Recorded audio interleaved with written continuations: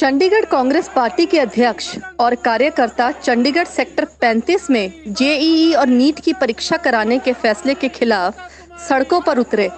भारी नारेबाजी कर अपना रोष प्रकट किया। कांग्रेस भवन से बीजेपी कार्यालय की ओर जाते हुए उन्हें पुलिस का सामना भी करना पड़ा।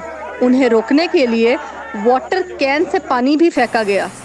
कांग्रेस कार्यकर्ताओं ने छात्रा विरोधी, नरेंद्र मोदी तुम सदन में, हम सड़क में के नारे लगाए। कांग्रेस अध्यक्ष प्रदीप छाबड़ा ने कहा, कोरोना काल में 33 लाख मरीज और हजारों की संख्या में मौतें हो रही हैं। इसके बावजूद भी परीक्षा करवाना देश के युवाओं को खतरे में डालने के बराबर है। जहां ट्रांसपोर्ट बंद है तो छात्रा किस तरह परीक्षा देने आएंगे? आगे उन्होंने कहा, आज चंडीगढ़ कांग्रेस की ओर से केंद्र सरकार के खिलाफ एक प्रदर्शन चंडीगढ़ में किया गया। उस प्रदर्शन में सैकड़ों की तादाद में हमारे साथियों ने हिस्सा लिया और उसके बाद उनके ऊपर पानी की बौछारें चंडीगढ़ पुलिस ने की। ये प्रदर्शन जो जेईई और एनईटी की जो परीक्षा हो रही है आने वाले दिनों में, सितंबर के महीने में, उसको पोस्टपोन करने के लिए था। अखिल भारतीय कांग्रेस कमेटी की तरफ से श्रीमती सोनिया गांधी और राहुल गांधी के निर्देश अनुसार ये जो प्रदर्शन आज किया गया, इसलिए किया गया कि सरकार को आज की असली स्थिति को समझना चाहिए। असली स्थिति क्या है? कहीं बाढ़ आई हुई है, कहीं 50 से 100 किलोमीटर तक जो है एग्जामिनेशन सेंटर है, ट्रांसपोर्ट बंद पड़ी हुई है। कोरोना की बीमारी से 33 लाख से ज़्यादा पेशेंट हिंदुस्तान भर में हो चुके हैं। वर्ल्ड में तीसरे नंबर पे और 5-10 दिनों में दूसरे नंबर पे आ जाएंगे।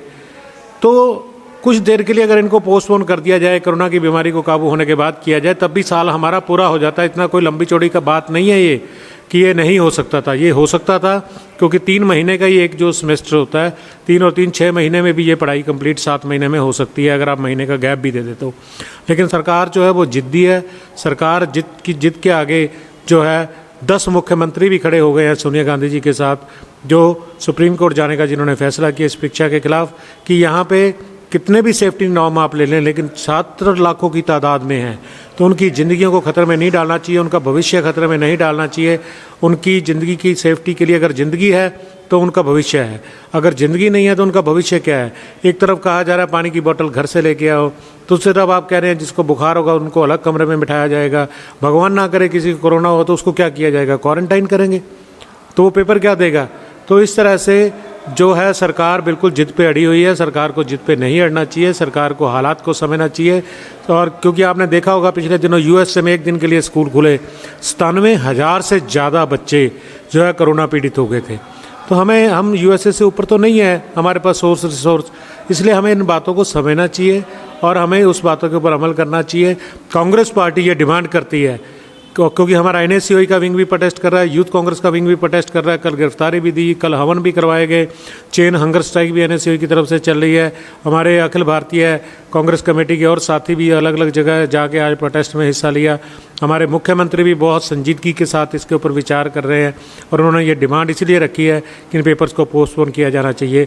इसलिए सरकार से हमारी डिमांड है कि इन पेपर्स को पोस्टपोन किया जाना चाहिए और बच्चों के भविष्य को खतरे में नहीं डालना चाहिए। और सरकार से हम एक बात और कहना चाहेंगे कि देखिए, सत्ता भी तुम्हारी, शासन भी तुम्हारा, लेकिन सड़क हमारी। तो इन्हीं बातों के साथ मैं फिर एक बार सरकार से दरख्वास्त करूंगा कि ये पेपर इमीडिएटली उनको अनाउंस करना चाहिए कि पोस्टपोनमेंट इसकी हो गई है। Thank you for watching NT24 news, the national Tele 24 news.